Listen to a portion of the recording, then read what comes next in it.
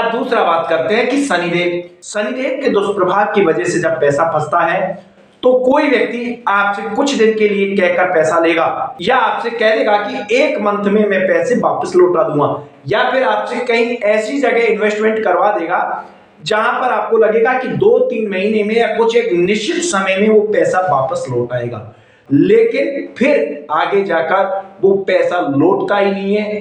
5 गुना 10 गुना तक टाइम हो जाता है। आपसे 1 वर्ष के लिए पैसा लगवाया है लेकिन 5 वर्ष हो गए, उसके बावजूद भी यदि आपका पैसा वापस नहीं आ रहा है, तय समय से बहुत ज्यादा समय आपका पैसा लौटने में लगा रहा है, तो आप समझ जाइए आपकी जन्म कुंडली में शनिदेव दुष्प्रभाव डाल रहे हैं। आप शनिदेव के दुष्प्रभावों से बचने के लिए आप कुछ उपाय कर सकते हैं। जैसे शनिवार की रात को आप काले चने या काले उड़द भिगो दें और सुबह यानी रविवार की सुबह इन भीगे हुए चनों को भैंस या किसी भैंसे को खिला दें और आप नियमित रूप से हनुमान चालीसा का पाठ करें। फिर देखिए ये जो बहुत लंबे समय से आपके पैसे फंसे हुए हैं वो लौट आने के मार्ग खुल जाएंगे। क्या आपका पैसा भी फंसा हुआ है? और फंसा हुआ है तो किस तरह से फंसा हुआ है आप मुझे कमेंट्स करके जरूर बताएं, या फिर आप आपकी जन्म कुंडली का विश्लेषण करवाना चाहते हैं तो मुझे कमेंट्स में अपनी डिटेल लिख दें। मैं आपकी कुंडली देखकर आपको बताने का प्रयास करूंगा कि आपकी जन्म कुंडली क्या कह रही है। और अब पैसे फंसने के तीसरे कारण पर हम चर्चा करते हैं।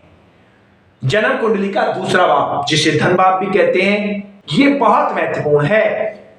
जब दूसरे भाव में कोई पाप ग्रह आ जाए या कोई पाप ग्रह की दृष्टि हो जाए या फिर दूसरे भाव का स्वामी कहीं पाप कर्तरी में बैठ जाए, पीड़ित हो जाए, या फिर गोचर में भी पाप कर्तरी में आ जाए या किसी क्रूर ग्रह के दुष्प्रभाव में आ जाए, तब भी हमारे पैसे फंस सकते हैं।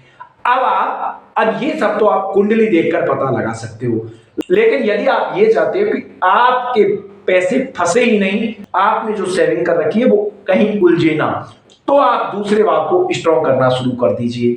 दूसरे भाव को मजबूत करने के सबसे अच्छे उपाय है आप सात्विक भोजन कीजिए, क्योंकि दूसरा भाव हमारे भोजन का भी भाव होता है। जब हम तामसिक भोजन यानी नॉनवेज या लीकर जैसे पदार्थ लेंगे तो हमारा दूसरा भाव दूषित होगा। जन्म कुंडली का दूसरा भाव यदि दूषित होगा तो आपकी जमा पूंजी कहीं ना कहीं फंस जाएगी। दूसरा भाव वाणी का भी भाव होता है। आप हर हाल में मधुर बोलने का प्रयास करें।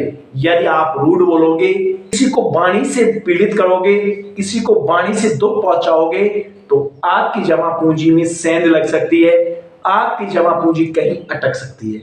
यदि आप ये चाहते हैं कि आपकी जमा पूंजी कहीं गलत जगह पे ना फंसे और आपका फंसा हुआ पैसा वापस लौट आए, तो आप बताए हुए उपाय जरूर करें। और यदि फिर भी आपके कुछ समझ में नहीं आ रहा है तो आप मुझे अपनी डिटेल कमेंट्स में लिखकर छोड़ दे। मैं आपकी जन्म कुंडली देखकर आपको बताने का प्रयास करूंगा कि किस कारण से आपका पैसा फंसा हुआ है या फिर आगे फंस सकता है। आज की वीडियो में इतना ही। जय श्री कृष्ण, नमस्ते।